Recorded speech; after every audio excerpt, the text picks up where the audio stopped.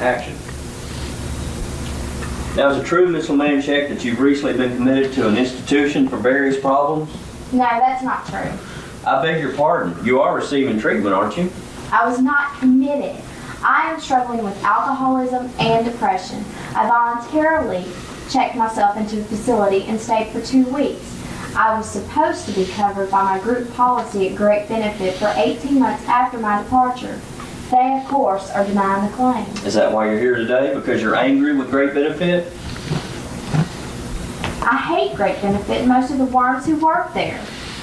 Did you think Mr. Lufkin was a worm when you were sleeping with him? Objection. Overrule. Let's see who that takes. You do admit you're having an affair with Mr. Lufkin, don't you? As long as I had sex with certain executives of the company, my pay was increased and I was promoted.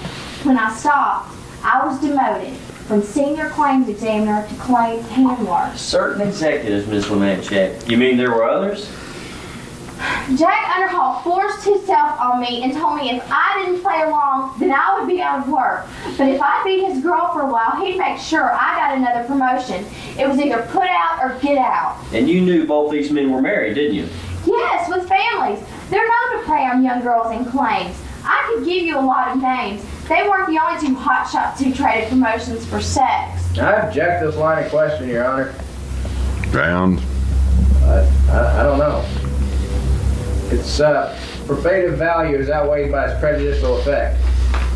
Now, Ms. Lemanchek, and as an employee of Great Benefit, you made a promise not to divulge confidential private work claims information. Isn't that correct?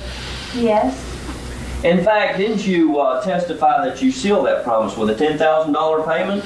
The payment was not my idea. But you took it anyway, didn't you, Ms. Lemanchek? Even though you knew in your mind you never were going to keep that promise. In fact, weren't you angry with Mr. Lufkin and Great Benefit? For years, I was traded around like a piece of meat by your clients.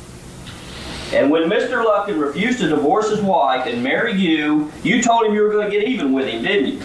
First, you tried to make him jealous by having flings with other men in the office, like Mr. Underhall, for example. And when that didn't work, you told him you were going to bring him down and his company with it. Isn't that right, Miss Lemanchek? No, they preyed on me because I was broke and single with 2 kids. I was passed around the office like a box of candy. You told him you were going to go tell his wife everything. You were going to go to the newspapers, file a sexual harassment lawsuit against him and Great Benefit, and that $10,000 was nothing more than a piece of blackmail. In fact, that was just nothing more than just a way to extort money from a company that you hated. Isn't that right, Miss Lemanchek? No, that isn't right. In fact, haven't you recently filed a sexual harassment claim against Mr. Lufkin? And isn't your testimony here today nothing more than a lie to bolster your own lawsuit? You stole company work papers, confidential reports like the Section U Executive Memorandum, just to use as blackmail. For revenge. Hell, that's no furious what, Mrs. Lemanchek? A woman scorned?